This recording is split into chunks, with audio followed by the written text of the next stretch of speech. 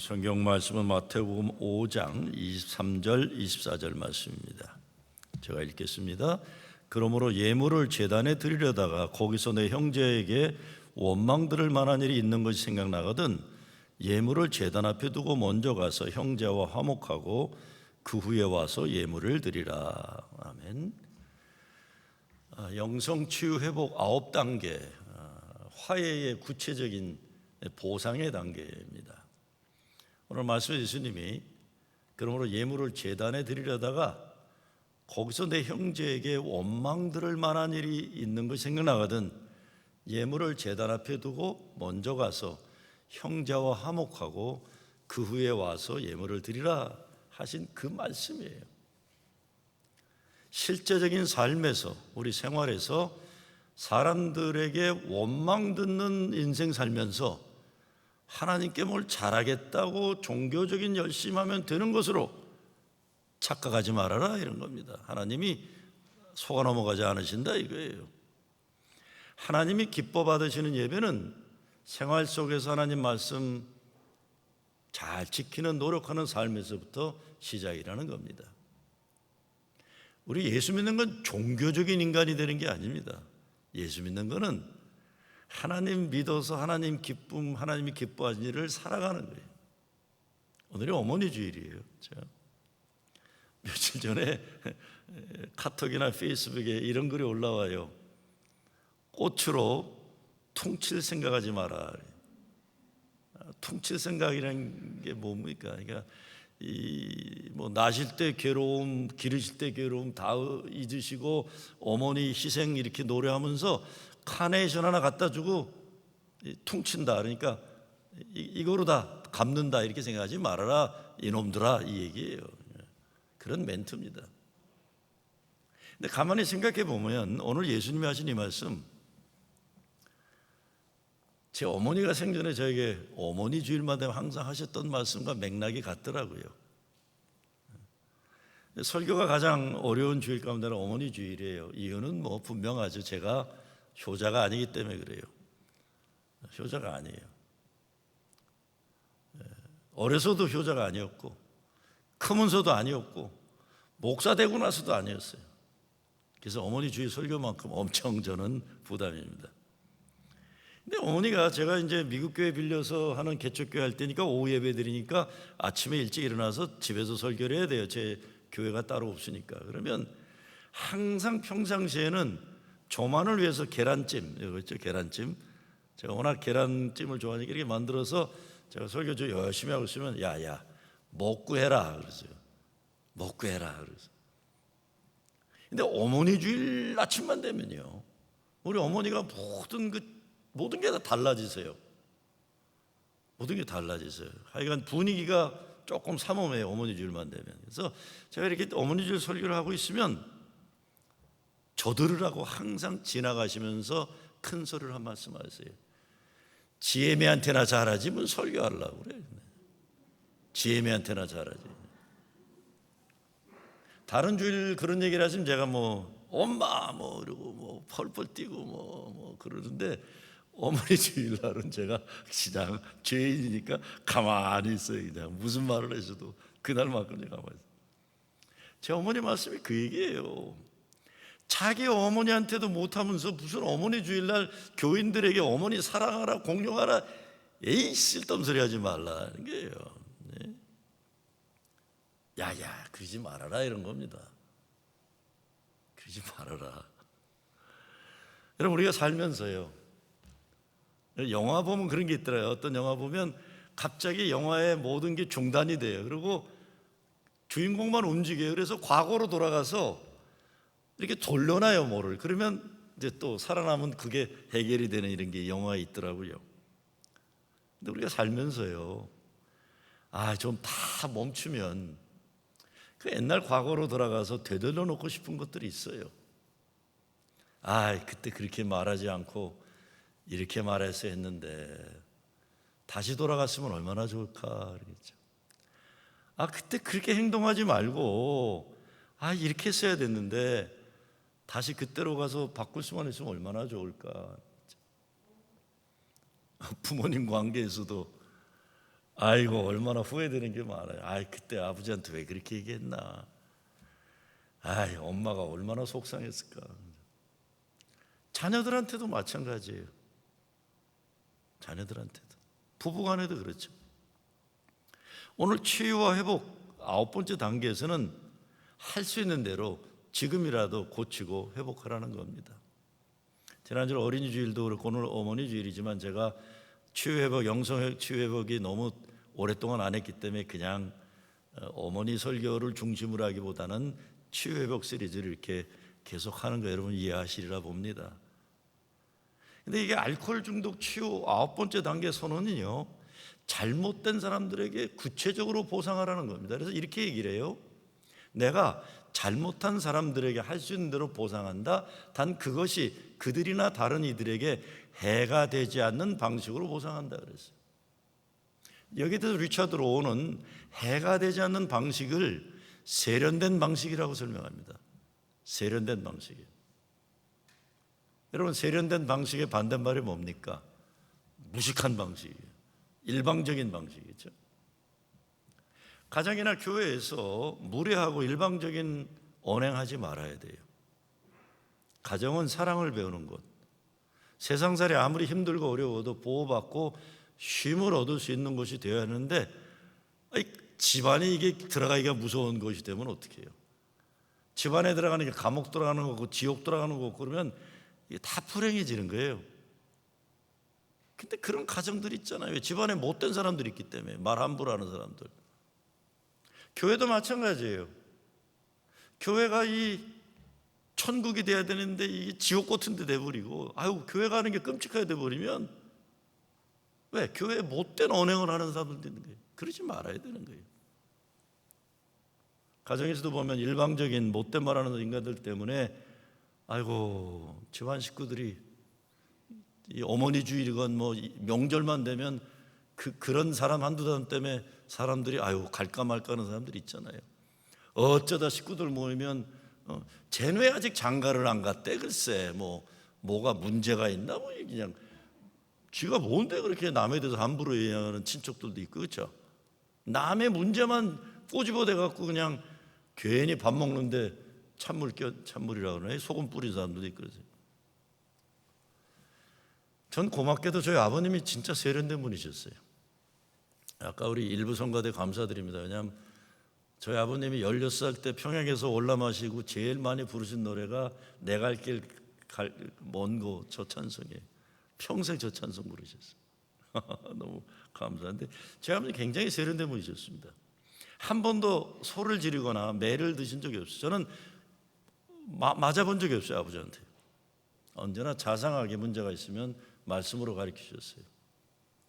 제가 의정부 중학교, 그러니까 농업중학교죠, 시골에서 중3 때 입시 준비 서울로 가야 되는데 준비 안 하고 그냥 놀기만 하고 여자애들 꽁무니만 따라다니니까 미국에 잠시 유학 갔다 오신 아버님이 담임선생님한테 얘기를 듣고 저를 앉혀놓고 하신 말씀이 있어요.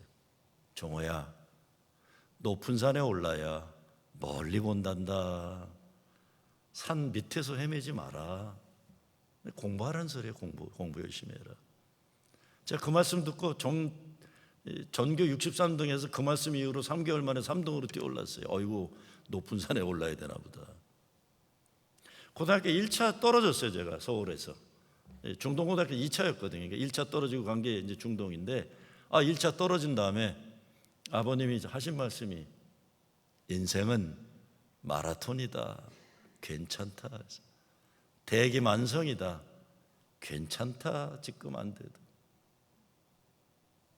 그런 아버지가 한 번 단호하게 저를 호되게 한마디 하신 적이 있어요. 그는 1973년도 미국에 이민을 왔는데 이게 뭐 미국 생활 영어도 안 되고 적응도 안 되고 고향 친구들 그립고, 그래서 그 고향교회 선배 되시는 고려대학교 농대 다니던 선배가 김포공항에 헐레벌떡 뛰어오더니 정호야, 조국의 흙이다 하고 갖다 준 그 조국의 흙이 담긴 종주가 있어요. 그 흙이에요. 그거를 매일 저녁이면 앞에 놓고 밥 먹고 나서는 찔찔 짜고 자빠져 있으니까 제 아버님이 한 번은 단호하게 말씀하시더라고요. 이제 그만해라 그러시더라고요. 이제 그만해라. 그 다음에는 아무 말 안 하셨어요.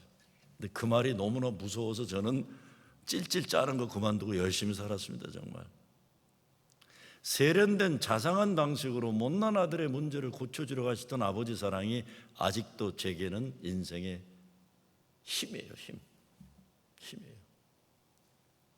오늘 9번째 단계까지 오기 복습 한번 해보면 아주 단순합니다. 여러분, 오늘 9번째, 12가지 중에 9번째인데 내가 내 힘으로 내 문제 고치지 못한다는 거 전제하는 거예요. 내가 내 인생 살면서 제정신 가지고 살지 못해서 정신 차려야겠다는 이거 인정하는 거예요. 그래서 하나님이 나를 치유하시는 분을 인정하고 하나님께 기도하고 도움을 청하는 것이에요. 그래서 하나님 은혜와 사랑의 손길에 만져지기를 갈망하는 것입니다. 그래서 어떤 변화가 일어나는 거죠? 이 과정에서 나 잘났다, 내가 제일 잘났다, 나 다 할 수 있다 해서 내가 내 스스로 내 문제 수습 못한다, 겸손하게 되는 겁니다. 세상에 믿을 사람 나밖에 없다, 이런 교만에서 하나님 믿게 되는 겁니다. 나는 다 괜찮고 깨끗하고 거룩한 척하면서 타인을 비판하는 삶에서 내 자신을 자아성찰을 통한 성숙에 이르는 거예요.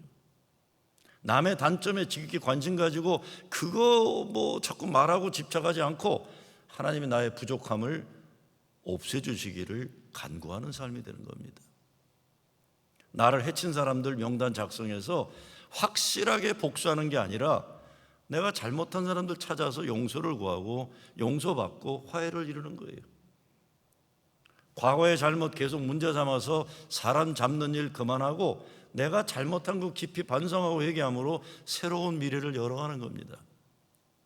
아나무인, 못된 못난 인생 그만 살고 영적 각성을 통해서 하나님 사랑과 은혜, 하나님의 주권적 섭리와 역사하심에 나를 맡기는 자유와 해방을 누리는 거예요. 이것이 영적 치유와 회복의 목표입니다. 그래서 우리가 만나야 할 사람 만나서 화해하고 보상해야 되는 거예요. 생각에 그치면 안 되는 거죠. 실천해야 되는데 그러기 위해서 만나야 됩니다. 만나지 않으면 과거의 문제가 풀리지를 않기 때문에 그렇습니다. 지난주에 설교도 말씀드렸지만 만나서 용서를 구하고 용서를 해줘야 하는 대상이 세상 떠난 부모님이라면 무덤에 찾아가서라도 해야 돼요. 저도 사실 참 신기하잖아요. 장남이라서 그런지 항상 내 마음속에는 아이고 부모님 묘에 가야 되는데 이래요. 제가 한국에 어렵게 들어갈 때면 제가 들어가는 소식을 알면 처가 어른들이 제가 당연히 가고 싶을 거라고 전제하고 제일 먼저 준비하는 게 저희 장인 묘를 꼭 가야 돼요. 이 어디에 좀 멀리 떨어져 있는데도 공항에서 거꾸로 가는데도 당연히 제가 묘에 갈 줄 알고 그래서 갔다 와요. 거기 안 갔다 오면 꼭 집사람한테 야단 맞아서만 아니라 저도 마음도 아이고 내가 잘못한 것 같아요. 부모님 묘지에 가면 어떻게 해요? 생전에 못 드린 말씀 용서를 구하기도 하고 감사하다고 말씀하기도 하고 그러는 거예요. 묘지에 가요. 얼마 전인데 시카고에 제 부모님 묘가 있는데요. 후배 목사가 카톡에 사진을 찍은 걸 올렸는데 보니까 저희 부모님 묘에 내 손주놈 사진하고 꽃을 이렇게 예쁘게 놓고 사진을 보내왔어요. 자기가 그 미국교회 목회하는 사람인데 저희 부모님 묘를 가는 쪽에 신방을 간다는 걸 알고는 준비를 한 거예요. 제 손자의 사진을 프린트해가지고 그러면서 이렇게 카톡에 올려서 목사님 따님한테 허락은 받지 않았지만 목사님이 얼마나 부모님께 손자를 보여드리고 싶을 생각해서 제가 목사님 대신했습니다. 이렇게 올렸어요. 네? 제 마음이 어떤 걸까요? 부모님 생전에 아들 노릇 제대로 못한 불효가 막심한데 아버지 어머니 묘에 가서 엄마 아버지 내 손주예요. 엄마 아버지 증손자예요. 자랑하고 싶은 마음을 그 후배가 생각한 거예요. 그리고 감사하다고 하고 싶은 마음. 그 후배가 내 마음을 알아서 그리 해준 거예요. 눈물 나게 감사하죠. 그 친구 제 밑에서 전도사 할 때는 그렇게 말 안 들어갖고 제가 넌 뭐가 되려고 이렇게 말하느냐 그랬는데, 이 친구도 저도 늙고 자기도 늙어가니까 가끔 제 생각을 하면서 시키지도 않는 그런 짓들 하더라고요. 세월이 아무리 오래 흘러도요, 세상을 떠나셨어도요, 우리는 계속해서 치유와 회복이 필요한 사람들이에요. 계속해서요. 여러분 생각해 보세요. 저희 아버님 돌아가지 45년이나 됐는데 아버지 돌아가지 45년인데 나는 내 손주를 이거 데려가서 보여드리고 싶은 거예요. 코로나 때 났기 때문에 지금 갈 수도 없지만요. 그게 우리 마음이에요. 그러면서 화해하고 치유하는 거예요. 성경에 보면요, 이 과정을 이루어낸 인물이 야곱이에요. 야곱은 형 에서와 원수가 됐잖아요. 형을 속이고 장자권, 축복권 빼앗았어요. 그런데 야곱과 에서가 이 왼수가 된 배경에는 아버지 이삭은 사냥 좋아하는 큰아들 남성적인 에서를 편애했고, 엄마는 계산 잘하고 머리 좋은 야곱을 편애한 문제가 됐어요.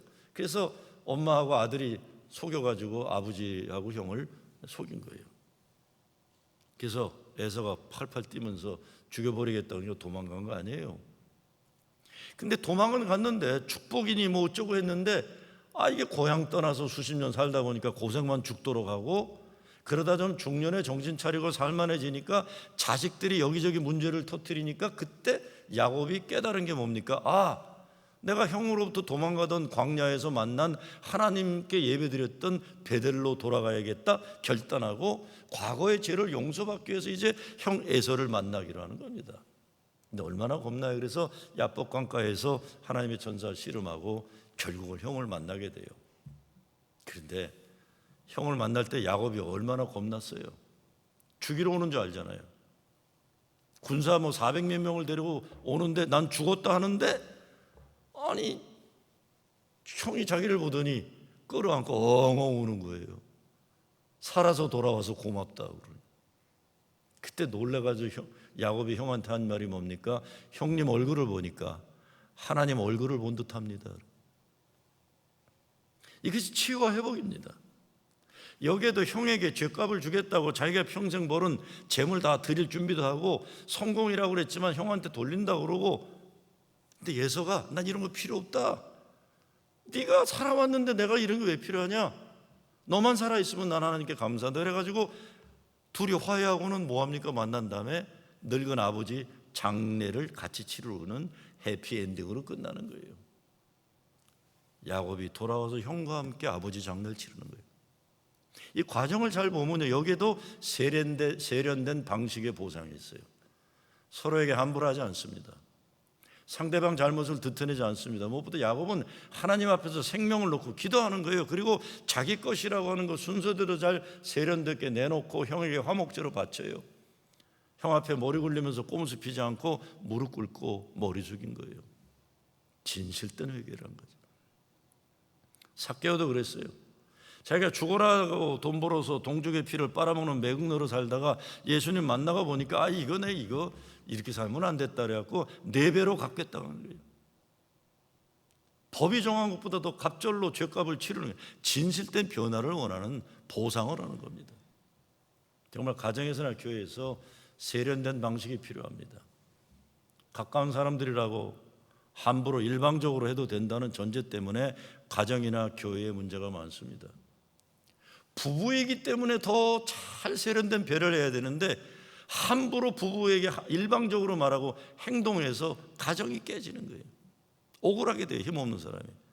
내 아들이고 딸이기 때문에 더 세련된 배려를 해야 되는데 내 아들 내 딸이라고 함부로 일방적으로 무례하게 해서 억울하게 만드는 거예요. 그래도 된다고 생각하잖아요.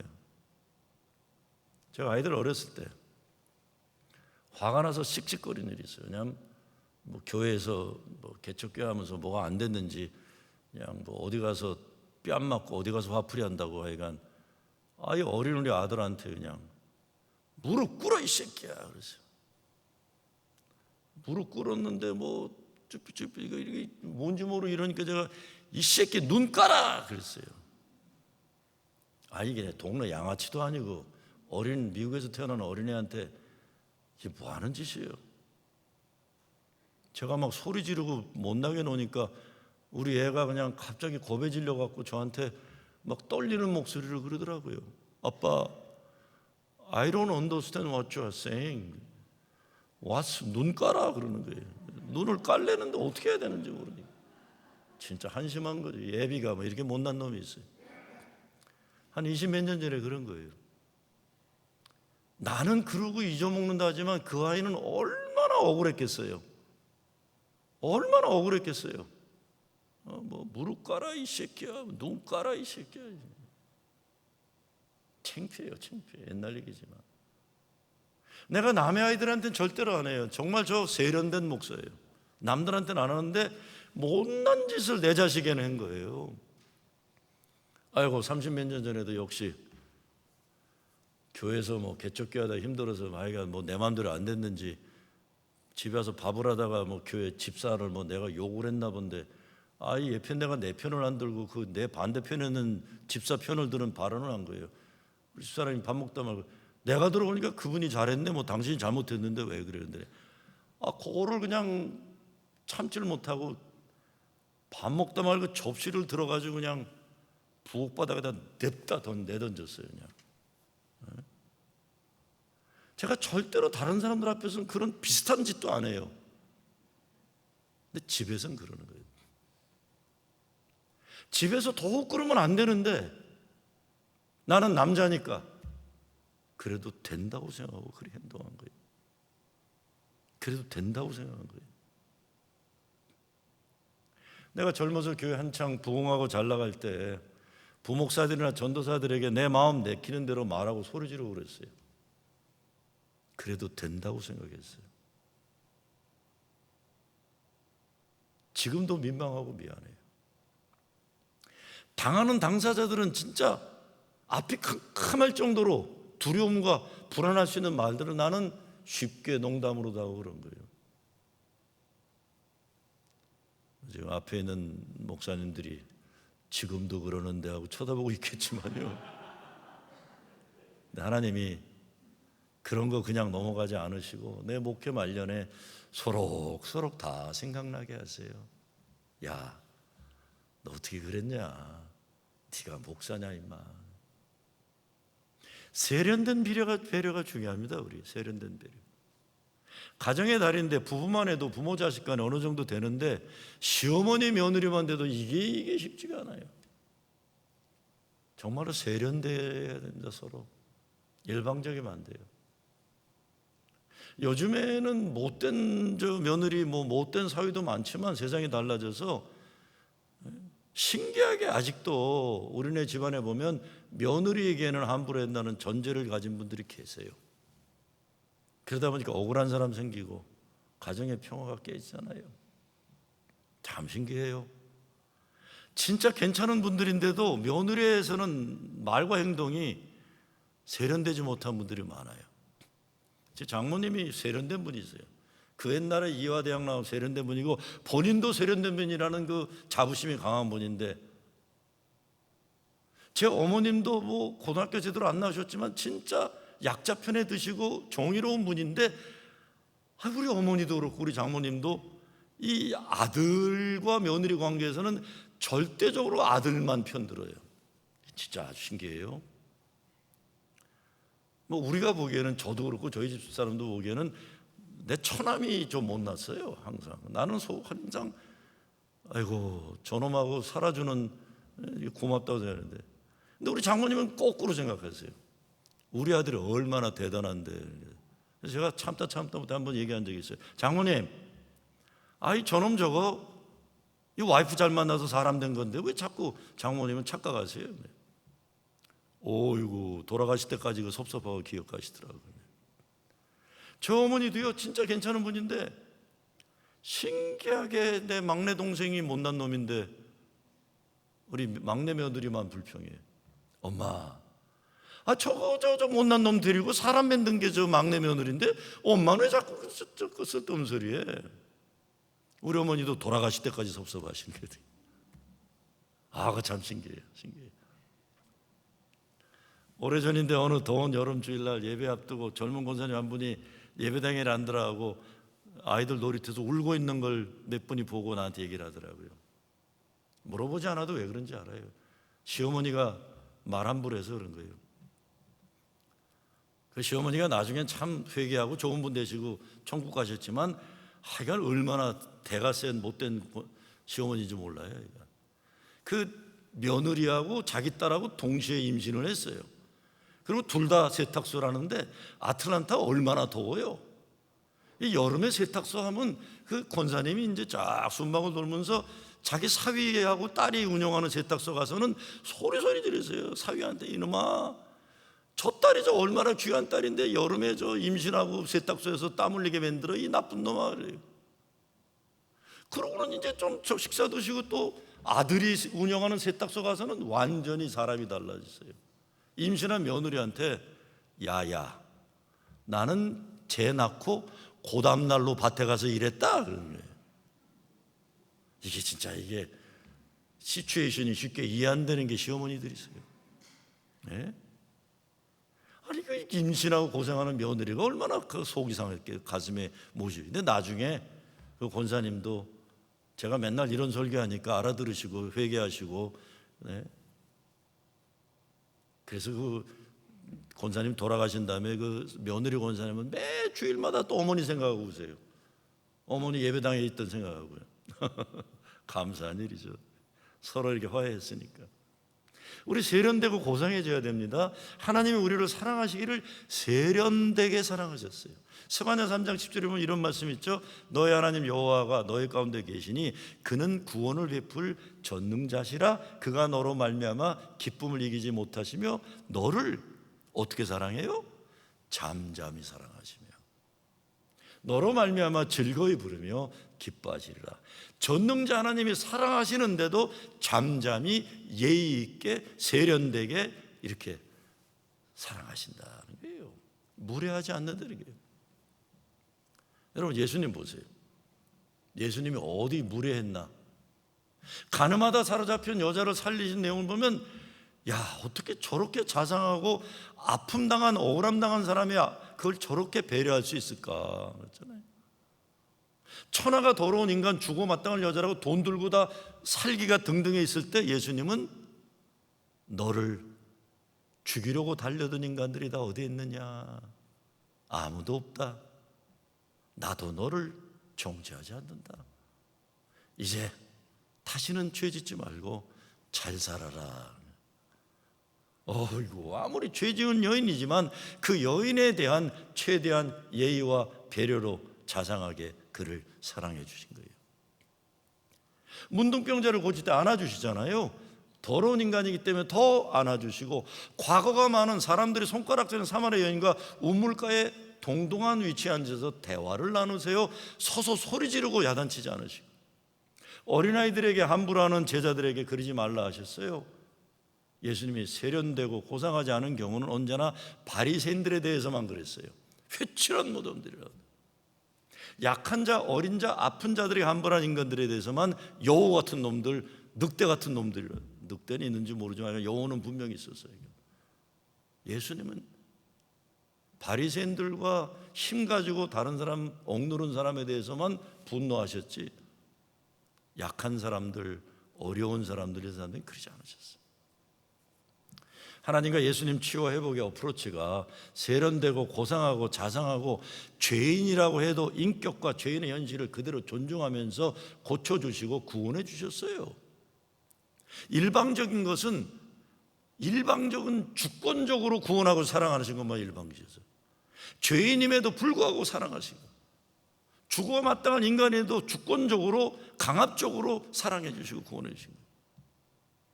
그러나 항상 모든 것은 세련되고 자상하고 사랑스럽게 찾아주셨어요. 우리가 예수님의 이 마음, 예수님의 이 방법으로 서로 사랑해야 돼. 그래야 가정이 지옥이 아니라 천국 되고 감옥이 아니라 예배당 되고 무덤이 아니라 잔치집 되는 거예요. 베드로가 그래서 이렇게 말합니다. 만물의 마지막에 가까이 왔으니 그러면 너희는 정신을 차리고 근신하여 기도하라. 무엇보다도 뜨겁게 서로 사랑할지니 사랑은 허다한 죄를 덮느니라. 서로 대접하기를 원망 없이 하고 각각 은사를 받은 대로 하나님의 여러 가지 은혜를 맡은 청지같이 서로 섬기라, 봉사하라. 여러분, 사랑할 시간도 많지 않아요. 시간 그렇게 많지 않더라고요. 미워하지 말아야 돼요. 네? 시간이 이렇게 많지가 않더라고요. 모두 아픈데 서로 더 아프게 하는 일에 바쁘지 말아야 돼요. 서로 기도하고 사랑하면서 주님이 주시는 치유를 받아야만 됩니다. 그래서 우리가 겸손해져야 돼요. 교만하면 난 비판 좋아하게 되고 다른 사람들이 상처 주는 일을 당연하게 생각해요. 자기는 아니라고 생각하는 거예요. 알코올 중독자 모임의 목적은 아주 분명합니다. 술 더 안 마시도록 서로 도와주는 거예요. 여러분, 교회가 최소한이요, 아니 우리가 최소한 알코올 중독자 모임보다는 좀 더 괜찮은 것도 해야 되지 않아요? 그렇지 못하고 상처 주느라 바쁘고 못된 짓들 열심히 함부로 소리 지르고 못된 짓 하는 거, 이게 뭐예요 이게? 세상에서 상처받고 자기 문제 자기가 해결하지 못해 숨이 콱콱 막힌 사람들이 교회 오는데, 교회 좀 먼저 다녔던 인간들이 이 사람들 더 상처 주고 숨 막히게 하고 그래서 안 되는 거죠.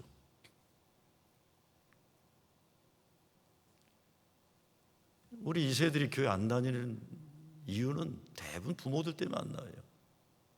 네? 안 다녀. 우리 김종원 목사님하고 사돈되는 우리 이 목사님 아버님이 수원에서 목회하실, 이태수 목사님 목회하실 때 이경희 목사님 형제 중에 교회를 오랫동안 안 다닌 동생들이 있어요. 이유가 딴 게 아니에요. 목회하시다 이 아동문학한 이 착한 어른이 어느 날 주일날 오후인데 장로들한테 뒷사하고 머리 뽑히고 뺨따기 맞는 걸 어린 목사님 아이들이 본 거예요. 목사님이 얘들아 니네들은 나가라 그랬는데 애들이 보는데도 장로들이 머리채 붙잡고 뺨따구를 때린 걸 보고 어린 동생들은 교회를 안 다녀요. 그런 일 참 많아요. 교회 다니는 인간들보다 못된 인간들 세상에 많지 않아요. 이게 오늘의 현실이에요. 여러분, 오늘 예배 드리는 여러분들 가운데 인생 더 살고 싶지 않은데 혹시 교회 한번 가보자고 하는 사람이 있을 수 있어요. 이런 분이 여러분이 잘 아는 분일 수도 있고 처음 만나는 사람일 수도 있어요. 그런데 여러분 주일날 사람 살리고 사랑하는 일에 집중하지 않고 진짜 쓰잘데없는 못된 짓들 하고 있다면 이거 그러면 안 되죠. 어떻게 해요? 우리 어떻게 해야 돼요? 예배를 통해 하나님 사랑, 예수님 은혜, 성령의 능력 받는 데 최고 최선 다해야 돼요. 그러니까 사람들이 저렇게 살아야 되나 보다. 내 인생에 아무리 숨막힌 현실이 있어도 예배당에 오면 저렇게 행복하구나. 여긴 빛이 있네. 여긴 사랑이 있네. 나도 저렇게 살고 싶다. 예배가 저렇게 좋은 거구나. 희망을 찾아야 되는 거 아니에요? 사도 바울이 이렇게 얘기합니다. 로마서에서 아무에게도 악을 악으로 갚지 말고 모든 사람 앞에서 선한 일을 도모하라. 할 수 있거든 너희로서는 모든 사람과 더불어 화목하라 그랬어요. 빌립보서에서는 아무 일에든 다툼이나 허용을 하지 말고 오직 겸손한 마음으로 각각 자기보다 남을 낮게 여기고 각각 자기 일을 돌볼 뿐더러 또한 각각 다른 사람 일을 돌봐 나의 기쁨을 충만하게 하라. 너의 안에 이 마음을 품으라. 곧 그리스도 예수의 마음이니. 여러분, 교회에서 못된 짓 하도 가만 놔두는 거요. 교회니까 여러분 가만 놔두는 거예요. 세상에서 그렇게 못된 짓 하면 사람들이 가만 안 놔둡니다. 교회니까 서로 참아주는 거예요. 교회니까. 그거 자꾸 악용하지 마세요, 여러분. 왜? 여기는 살고 싶어 오는 사람들, 여기는 사랑받고 오고 싶은 사람, 여기는 죄를 졌지만 용서받고 오고 싶은 사람들이 그분들을 위해서 준비된 것이 교회니까. 어떻게 이랬어요? 화해하라고 하는 사람들의 사랑과 용서만 가지고 나 자신에도 그러고, 아이고 내가 이렇게 용서받으니 기쁘니 저 사람도 용서받으면 얼마나 기쁠까. 내가 못났는데도 주님 사랑으로 내가 이렇게 사랑받고 존귀함을 얻으니 다른 사람이 얼마나 좋을까. 누가 잘못한 걸 수도 내 잘못 내가 고치고 그 사람이 알아서 할 거예요. 우리는 화해와 용서가 어렵지만 인정하고 그 소명만 가지고 시간이 걸리더라도 내가 잘못한 거 그것만 집중해야 돼요. 세련된 방식으로, 일방적이지 말고, 무례하지 말고, 그리고 내 불안함, 두려움, 걱정, 근심 이런 것들 모두 내려놓는 거예요. 모두 내려놓고 구체적으로 실천에 옮겨야 되는 것이죠. 그래서 어떻게 해야 됩니까? 하나님께 기도하고 맡길 수밖에 없습니다. 내가 다 고칠 수 없기 때문에요. 여러분, 그래서 구체적으로 한 말씀 드리고 제가 오늘 설교를 정리한다면, 말을 해도 좀 고상하게 하면 좋겠어요. 누구 찾아가서 이렇게 부인이건 아들이건 다른 교인이건 이렇게 얘기하시면 좋아요. 지난번 당신이 나에게 이러한 일을 했을 때 나는 정말 내 마음이 이러이러했습니다. 내가 오늘 당신에게 지난번 이러이러한 일에 대해 용서를 구해요. 혹시 그것만이 아니라 지난날 내가 말이나 행동으로 당신에게 잘못하거나 상처를 준 것들이 있으면 용서해줘요. 내가 나의 잘못된 것들 고치고 싶어요. 그리고 가능하다면 당신과 화해를 하고 좋은 관계를 가지고 좋은 가정, 교회 만드는 일에 최선을 다하고 싶어요. 이렇게 얘기해야 돼요. 그렇게 하지 않고 나도 잘못했지만 너는 뭐 잘한 거 있냐? 이러면 안 돼요. 내가 그래도 장로니까 참는다. 이거 이러면 안 돼요. 장로니까 참는 게 어디 있어요? 목사도 못 참는데. 못 참아요. 우리 죽어야 돼요. 십자가로 죽어야 돼. 우리 뭐 쌤쌤이니 없는 거로 하자, 이런 거 아닙니다. 우리 모두 예수 십자가에 죽고 다시 은혜로 살았기 때문에 죄에 죽은 사람이 다른 사람 뭐 그리 못되게 난리칠 수도 없어요. 나도 은혜로 살기에 그 사람은 은혜로 살도록 기회를 주고 미래를 열어주는 겁니다. 이런 세련된 배려의 보상, 사회에도 보상이 있는 거예요. 여러분, 십수년 전에 미국 정부가 2차 대전 때 일본계 미국인들 콜로라도 수용소에 강제로 보냈던 거 배상을 했어요. 미국 원주민에 대한 배상도 계속 이루어져 있고, 아직 아프리칸 아메리칸 흑인들에게 그 조상들이 수백 년 전 아프리카에서 노예로 끌려와 희생하고 죽어갔던 역사에 대한 보상의 논의가 아직까지는 열매 맺지 못해요. 워낙 오래전이고 워낙 많아서요. 근데 작게는 이루어지는 것들이 어포머티브 액션 그런 게 그거예요. 대학 입학할 때 흑인이나 이런 숫자를 배려를 해주는 거예요. 왜? 수백 년 역사 속에서 차별된 역사 때문에 축구 시합을 하는데 이게 기울어진 게임을 하니까 조금 바꿔 놓으려는 거예요. 백인들은 높은 데서 공을 뻥 차면 일러가고 골링이 들어가는데 흑인들은 아무리 잘 차도 기울어져 있어요. 이걸 좀 바꾸려고 하는 거예요. 이렇게 해요. 그래서 시정부나 주정부에서도 무슨 사업할 때 흑인이 주인이거나 여자가 주인인 경우는 여성 차별, 흑인 차별 역사를 조금 바꾸려고 이렇게 쿼타를 퍼센테이지를 주는 거예요. 이런 것들 가지고 뭐 백인들을 역차별한다 소리 지르는데 이게 몰라서도 그런 소리예요. 뭐 남자들을 역차별한다. 무슨 남자를 역차별, 여자들을 그동안 차별했는데. 이거 다 마찬가지예요. 일본 정부가 위안부와 강제징용도 보상한 것처럼 말하지만 정당한 보상이 아니기 때문에 일방적이고 무례하니까 아직도 논란이 되고 있는 거예요. 한국 군인이 베트남 가가지고 그것도 전쟁에 돈 받고 징용돼 간 거예요. 미국 정부. 제가 워싱턴에 베트남 전쟁 그 기념탑에 보고 어떻게 희생자 명단에 한국 사람 하나도 없나? 우리 형들도 가서 죽었는데 이유가 뭐예요? 한국 군인 죽은 건 기록이 없어요. 왜? 돈 주고 용병으로 썼기 때문에. 근데 우리 한국 사람들도 가서 잘못한 거 많잖아요. 그 직급이라도 배상해야 돼요. 국가적으로요. 해야 합니다. 이거. 자, 정리합니다. 우리가 인생 살면서 다시 기회가 주어진다면 그렇게 하지 말고 돌려놓고 싶은 것들이 있어요. 그 당시 몰랐는데 우리가 철이 들고 나서나 또 내가 억울함을 당하고 나니까 억울함 당한 사람 입장을 이해하게 되면서나 어떤 건 전혀 어쩔 수 없는 거 있지만 지금이라도 할 수 있는 것들이 있으면 해야 됩니다. 실천에 옮기는 게 용기가 필요해요. 그래서 기도하고 성령의 도우심을 간구해야 돼요. 우리 교회도 치유와 회복이 필요한 언젠가 해야 될 것들이 있어요. 다시 만날 사람들, 회복해야 할 관계들, 세련된 배려의 마음을 가지고 만나서 용서하고 용서받고 그래서 진정한 치유와 회복을 이루는 여러분 되시길 주의 이름으로 축원합니다. 감사합니다. 하나님, 우리 가정교회에서 진정한 치유와 회복이 이루어지게 하여 주시옵소서. 예수 그리스도 이름으로 기도드리옵나이다. 아멘.